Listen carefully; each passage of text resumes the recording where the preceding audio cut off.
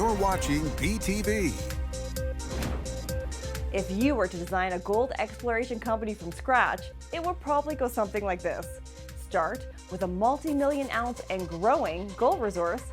Add in a world-class location in Yukon's Mayo mining district next to enviable neighbors like Victoria Gold and Hecla.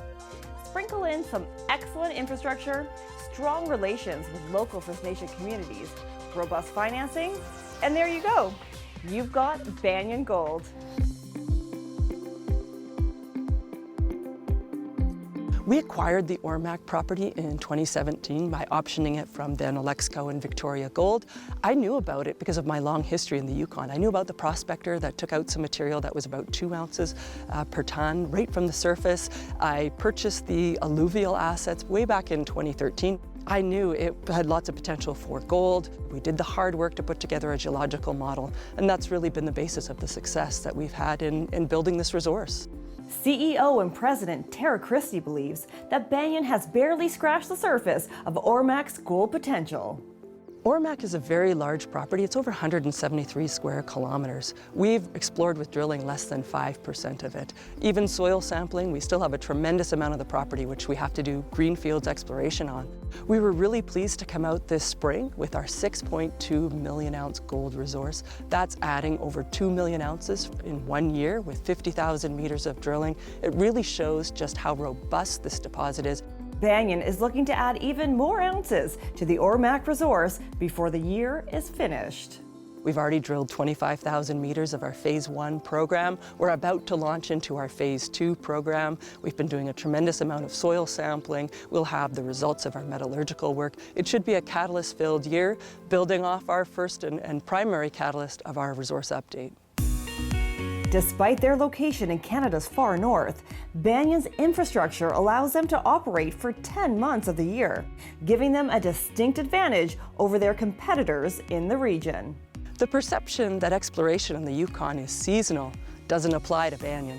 We have exceptional infrastructure.